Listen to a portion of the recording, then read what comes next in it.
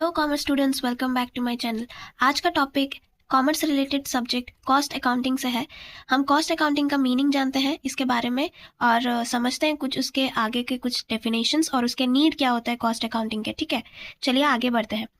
Cost accounting according to Wheldon, cost accounting is the application of accounting and costing principle methods and techniques in the ascertainment of cost and analyzing of saving or excess cost incurred as compared with previous experience with the standard। Cost accounting का मैं अगर simple meaning आपको बताऊं, cost accounting एक ऐसा process होता है accounting का जिसमें एक प्रोडक्ट और सर्विसेज के कॉस्ट को इनकर किया जाता है, उसके बारे में डिटेल इन्फॉर्मेशन निकाला जाता है। एक प्रोडक्ट को बनाने के लिए कितना क्या खर्च होता है, कितना यूनिट चाहिए, तो उस बारे में हम कॉस्ट अकाउंटिंग में बात करते हैं। कॉस्ट अकाउंटिंग एक सिंपल एप्लीकेशन ऑफ अकाउंटिंग है जिसमें different types of principles techniques use किया जाता है कॉस्ट को जानने के लिए और एनालाइज करने के लिए कि कितना खर्च इनकर्ड होता है एक्सपेंडिचर से, और कंपेयर किया जाता है प्रीवियसली हम लोग जो प्रिपेयर बना के रखते हैं कि क्या कितना खर्च होना चाहिए, एक एस्टिमेट हम लोग बना के रखते हैं, तो उससे हम कंपेयर करते हैं। ठीक है, प्रेजेंट वैल्यू को जानने के लिए हमारा कितना प्रीवियसली खर्चा हुआ था एक प्रोडक्ट को बनाने के लिए और अभी कितना प्रेजेंटली खर्चा हुआ एक प्रोडक्ट को बनाने के लिए। और उसके बाद what is cost accountancy. Cost accountancy क्या होता है? Cost accountancy is the application of costing and cost accounting principle methods and techniques to the science, art and practice of cost control of the ascertainment of the profitability. Cost accountancy क्या होता है? Cost accountancy एक ऐसा technique है जिसमें आप cost reduction कर सकते हैं, कॉस्ट को हम कंट्रोल कर सकते हैं। जो हम कॉस्ट रिडक्शन और कॉस्ट कंट्रोल करेंगे उसको हम कुछ टेक्निक या प्रिंसिपल और मेथड से हम लोग यूज करके रिड्यूस या कंट्रोल करेंगे, तो उस प्रैक्टिस को हम बोलते हैं कॉस्ट अकाउंटेंसी।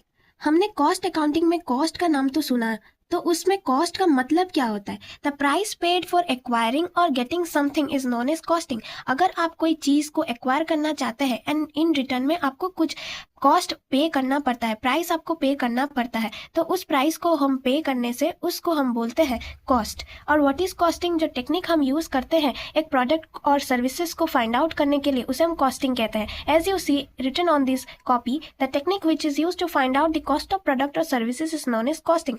मैं आपको एक इतने सारे जो हम टॉपिक पढ़े उसको एक स्टोरी बना के मैं अच्छे से समझाती हूँ। समझ लीजिए, आप एक घर बना रहे हैं अपना और उसमें बहुत सारा खर्चा होने वाला है, ये आपको पता है। लेबर चाहिए, मटेरियल चाहिए, और एक लेबर काम करेगा तो उसे कुछ एडवांस पेमेंट करना पड़ेगा, time to time also payment करना पड़ेगा।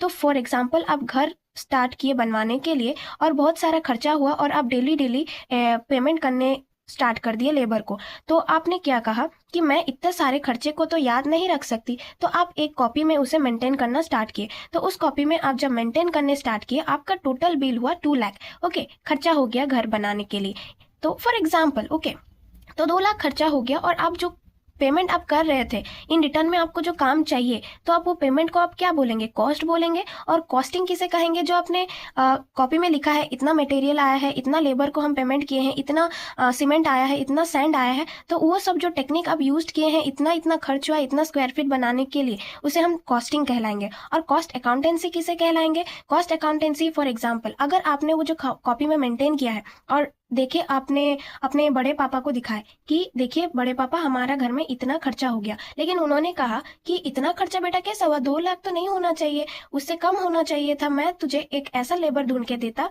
जो तेरा 1,30,000 में कर देता, लेकिन तुमने कहा 1,30,000 में कैसे होता। तो वो डाउट करके उन्होंने आपको बोला कि चल तू अपना कॉपी दिखा, मैं तेरे को समझाता हूँ। तो समझाने के बाद आपको पता चलता है कि जिस टाइप का सीमेंट आप लेके आ रहे थे उससे भी सस्ती वाली सीमेंट मार्केट में मिल रही होती है। तो वैसे करके बहुत सारे चीजों में कॉस्ट रिडक्शन हो जाता है और कॉस्ट कंट्रोल हो सकता था। तो उस टेक्निक को हम बोलेंगे कॉस्ट अकाउंटेंसी बोल के हम कहलाएंगे। और कॉस्ट अकाउंटिंग किसे कहलाएंगे? जिस कॉपी में आप रिकॉर्ड कर रहे थे और उसे आप एनालाइज किए, समराइज करके अपने बड़े पापा को बोले, उस टेक्निक को हम लोग कहलाएंगे कॉस्ट अकाउंटिंग। आपको होपफुली ये अच्छे से समझ आ गया होगा इजी लैंग्वेज में। चलिए अब समझते हैं नीड ऑफ कॉस्ट अकाउंटिंग। इसका नीड क्या होता है, हमें किस लिए जरूरत है cost accounting? Cost accounting has been basically developed to meet the needs of management.